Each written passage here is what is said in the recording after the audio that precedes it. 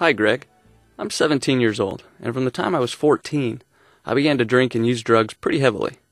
I finally got my act together, though, and right now I'm finishing a 90-day drug rehab program. But I'm nervous about going home, because my dad drinks on weekends, and sometimes during the week. And it's not like I'm suddenly above temptation. I don't want to be around that influence anymore. How can I get him to stop drinking when I'm around? I'm always impressed when people get into rehab and take their recovery seriously like you're doing. And you're much smarter than I was. I didn't take steps like this until a great deal later in my own life. Nice work. Before we talk about your father, it's critical to pause and understand the cause of your drinking and drug abuse. We have to properly understand drug addiction before we can productively approach its treatment, which includes the way you interact with your father. It's very common among those who treat alcoholism and drug addiction to refer to these problems as diseases, which is a huge mistake.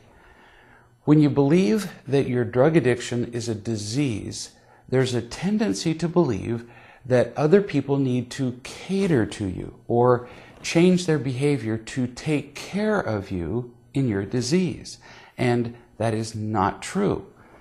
Rather than being a disease, drug addiction is a response to pain. Period. Addicts are in pain, and they take drugs simply to dull their pain. And the pain they're in is uniformly the lack of love in their lives. It's the pain almost all of us experience, some more than others. I've now known hundreds of addicts, probably thousands actually, in a close personal way, and not one of them felt loved and happy, but then chose to use drugs because he or she was overcome by a disease or because they just suddenly decided that it would be a fun thing to do. It's all about the pain of not feeling loved. Now, why is that important for you to understand?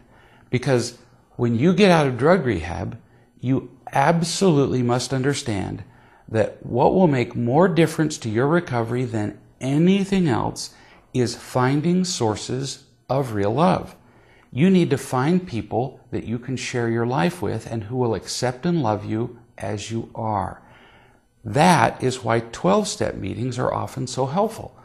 They're a place you can find people to accept and love you as an addict.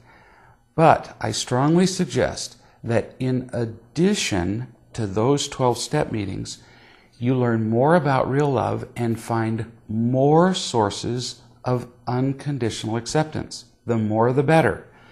The people in 12-step meetings, for example, will often not be able to help you understand your getting and protecting behaviors, which is pretty important. You'll learn a lot about additional sources of real love here on this website. Now, what about your father? Could he be one of your sources of real love? Maybe, but it's important to recognize that it's very likely that your father is one of the major reasons that you took drugs in the first place. Now, that might sound like an accusation of your father. It's not meant to be. It's just a fact that when we use getting and protecting behaviors as adults, when we use drugs, for example, we're responding to a lack of real love.